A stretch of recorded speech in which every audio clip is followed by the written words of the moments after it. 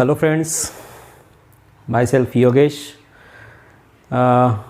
आव्यू कक्षा 12वीं का जो टॉपिक है आव्यू मैट्रिक्स, इस पे हम चर्चा कर रहे थे। और पिछले पार्ट 1 पार्ट 2 में आपने देखा होगा कि कैसे आव्यू का डेफिनेशन क्या होता है और आव्यू से रिलेटेड बहुत सारी चीज़ें, आव्यू के टाइप्स ऑफ मैट्रिक्स, ये सारी चीज़ें मैंने आपको आप तक पहुंचा दी है। आइए आज उसी टॉपिक को आगे बढ़ाते हैं। ये आगे बढ़ने से पहले एक रिक्वेस्ट आप सबसे करना चाहूँगा, जितने भी फ्रेंड्स देख रहे हैं।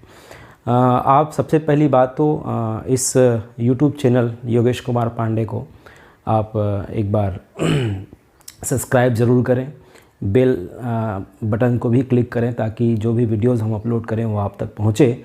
और ये कॉन्टेक्ट नंबर है 9827950890। इसमें व्हाट्सअप नंबर भी है ये मेरा, और टेलीग्राम में भी आप मुझसे जुड़ सकते हैं। और उसमें व्यक्तिगत रूप से आप कुछ अगर डाउट हो मैथ्स से रिलेटेड उस टॉपिक में, तो आप मुझसे व्यक्तिगत रूप से संपर्क कर सकते हैं।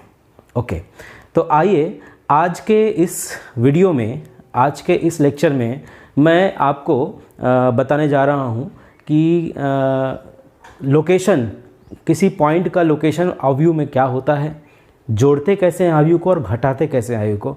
आज के इस लेक्चर में 3 बिंदुओं पर चर्चा करेंगे। पहला कि हम आव्यू में जो अवयव होते हैं उसका लोकेशन क्या होता है, दूसरा उसको जोड़ते कैसे हैं, तीसरा उसको घटाते कैसे हैं। ये 3 बिंदुओं पर हम इस वीडियो में चर्चा करेंगे। आइए शुरू करते हैं। देखिए, जैसे यहाँ पर मैं अगर एक एग्जाम्पल लेता हूँ 1 2 3 4, तो इसमें जो एड्रेस होता है उनका वो कहते हैं A11 A12 A21 A22। बोलो सर ये हमको समझ नहीं आया, एड्रेस क्या होता है। एड्रेस का मतलब पता, जैसे आपका एक पता है ना, आपका एक लोकेशन है। आप अपने घर का पता जब किसी को बताते हैं तो निश्चित रूप से वह व्यक्ति वो आपके घर तक पहुंच जाता है।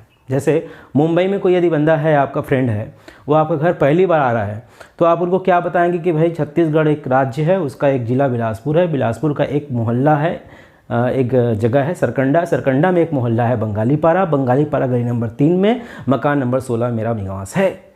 जब आप उसको ये मैसेज कर दिए तो वो बंदा आपके सीधा वहाँ से बिलासपुर पहुंचेगा, रायपुर फ्लाइट से, फिर उसके बाद बिलासपुर के बाद सरकंडा, सरकंडा के बाद बंगालीपारा, बंगालीपारा के बाद गली नंबर 16। वो एकदम इसको लेआउट आपने तैयार कर दिया कि भाई ये मेरा घर है। वो किसी से पूछेगा नहीं क्योंकि आपके पास पूरा डिटेल है, ठीक है, उनके पास पूरा एड्रेस है। वैसे ही आव्यू में अवयवों के जो एलिमेंट हैं, है ना, आव्यू के जो एलिमेंट हैं उनका भी एक परमानेंट एड्रेस होता है। उस परमानेंट एड्रेस की ही बात यहाँ पे हो रही है। यहाँ पर आप थोड़ा ध्यान से देखिएगा, मैंने लास्ट टाइम आपको बताया था रो और कॉलम, है ना, रो और कॉलम बहुत इंपॉर्टेंट है। तो यहाँ पे ये बात याद रखिएगा। जैसे यहाँ पे ये 1 की बात मैं कर रहा हूँ, तो ये 1 क्या है, 1 है A11। बोलो सर A11 क्या है, A11 है पहले रो का पहला अवयव, ठीक है। ये क्या है भाई, ये 1 है, मतलब इस 1 का लोकेशन क्या है कि ये पहले रो का क्या है, पहला अवयव है। 1 का लोकेशन क्या है, पहले रो का पहला अवयव। अच्छा, दूसरी बात करते हैं 2 कहाँ पर है भाई, ये है पहले रो का दूसरा। ये देखिए पहले रो का दूसरा, तो यहाँ लिखेंगे पहले रो का कौन सा अवयव, दूसरा अवयव, ठीक है। उसके बाद हम 3 की बात करते हैं, तो 3 कहाँ पर है, 3 है दूसरे का पहला, मतलब यहाँ पे लिखेंगे दूसरे रो का पहला अवयव। वैसे ही जब हम 4 की बात करते हैं, 4 कहाँ पर है, 4 है दूसरे रो का दूसरा अवयव, तो ये हो जाएगा दूसरे रो का दूसरा अवयव, ठीक है। तो ये बात लिखने के लिए इसकी ज़रूरत पड़ा क्योंकि क्या होता है जनरली 1 1 1 2 ये क्या होता है, ये कन्फ्यूज़न हो जाता है थोड़ा सा। इसलिए ये आपको मालूम होना चाहिए कि A11 A12 A21 A22, ये A23 A24 ये क्या है। पहला वाला जो पॉइंट है याद रखिएगा, जो भी पहला वाला है यहाँ पर, है ना, वो हमेशा रो को रिप्रेजेंट करता है, कितने कौन से रो में है। और दूसरा वाला उसमें उसका पोजीशन क्या है, पहला पोजीशन है या दूसरा पोजीशन उसे बताता है। जैसे देखिए 1 पहले रो का पहला अवयव, 2 पहले रो का दूसरा अवयव, 3 दूसरे रो का पहला अवयव, 4 दूसरे रो का दूसरा अवयव। तो इस प्रकार से किसी भी अवयव में जो लोकेशन होता है किसी पॉइंट का, उस पॉइंट को उसके रो और उस स्थान पर कौन से स्थान पर वह है उसके आधार पर दिया जाता है। इसको 1 1 1 2 1 3 2 1 2 2 2 3 2 3 1 3 2 3 3 ये इस प्रकार से रिप्रेजेंट किया जाता है। तो पर्टिकुलर किसी अवयव का जब एड्रेस की बात करते हैं तो उसका एड्रेस क्या होगा, A11 A12 A21 और A22। तो ये तो मैंने आपको बताया कि एड्रेस क्या होता है, ठीक है।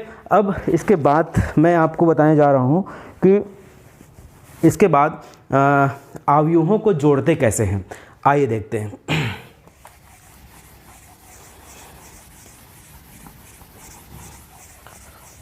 अवयवों का जोड़ना और घटाना, ठीक है। तो अवयवों का जोड़ना और घटाना, तो यहाँ पर देखिएगा, जैसे मैं यहाँ पे लेता हूँ 1 2 3 4 प्लस 5 6 7 1, ठीक है। अवयवों का जोड़ना और घटाना अभी हम बात कर रहे हैं। तो अवयवों के जोड़ने या घटाने के लिए उनका क्रम आपस में क्या होना चाहिए, समान होना चाहिए, मतलब दोनों का क्रम एक जैसा होना चाहिए, ठीक है।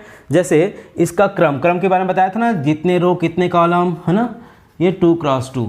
अगर दो अवयवों का, ध्यान दीजिएगा, दो अवयवों को जोड़ने या घटाने के लिए एक पर्याप्त और नेसेसरी कंडीशन ये है कि उनके जो क्रम हैं, उनके जो ऑर्डर हैं, अर्थात m गुणित n है, अर्थात रो और कॉलम का संयोजन है, 2 क्रॉस 2 3 क्रॉस 3 4 क्रॉस 4 या 2 क्रॉस 3 जैसा भी हो, दोनों का सेम होना चाहिए, दोनों एक जैसा होना चाहिए, तभी हम उसको जोड़ सकते हैं, तभी हम उसको घटा सकते हैं। तो देखिएगा यहाँ पर जोड़ने की प्रक्रिया, दोनों का ऑर्डर सेम है, इसका मतलब हम जोड़ने या घटाने की प्रक्रिया में आगे बढ़ सकते हैं। तो कितना हो जाएगा, देखिए तो यहाँ पर पहला एलिमेंट, इसका पहला एलिमेंट, तो कितना हो जाएगा 1 + 5, इसका क्या होगा 2 + 6, इसका क्या होगा 3 + 7 और ये क्या होगा 4 + 1।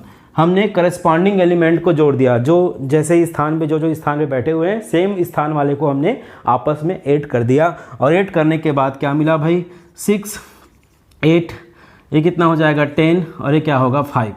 तो इस प्रकार से ये जोड़ने की प्रक्रिया में उनके क्रम क्या होने चाहिए, आपस में समान होने चाहिए, तभी हम इसको जोड़ भी सकते हैं और तभी हम इसको घटा भी सकते हैं। और इसी पॉइंट में हम जब आगे जाते हैं, मान लो इसी क्वेश्चन में घटाने की बात होती है, तो घटाने के लिए क्या करेंगे, घटाने के लिए यहाँ पे मैं -4 ले लेता हूँ, तो कितना हो जाएगा देखिएगा, ये हो जाएगा 1 - 5 2 - 6 3 - 7 4 - 1।